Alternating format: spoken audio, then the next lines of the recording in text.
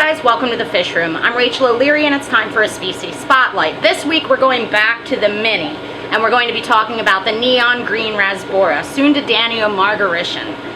They are very petite at just over 3/4 of an inch and absolutely stunning when provided the right conditions. Now they are a little bit trickier than a lot of the other little guys in that they really like soft black water conditions. However, they are a little bit versatile as well, so we'll discuss some of their unique needs now. Let's take a look. Now as you can see, I have these guys in a tank that has a fair amount of tannins. And unless you keep them in a tank that has some tinged water, the males won't get this beautiful iridescence. Now these guys max out at just over 3/4 of an inch.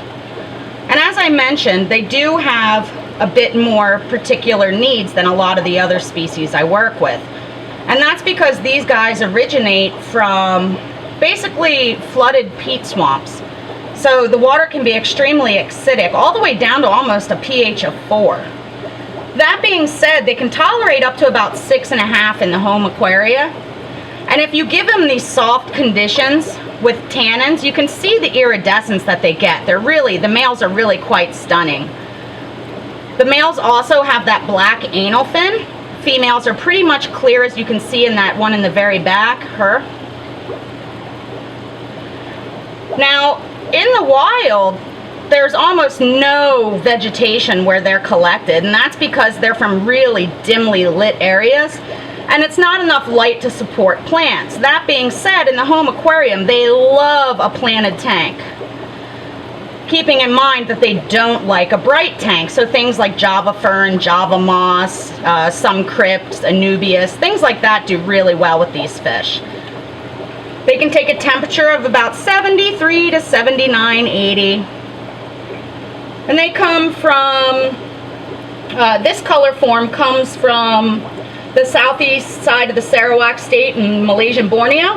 Now they love leaf litter and they love driftwood, so they can be really awesome in a carefully constructed aquascape, and are even pretty suitable for a biotope type tank.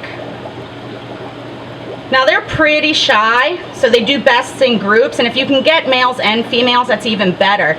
What's also really fascinating about these guys is that the males can make noise. They can actually make a croaking noise.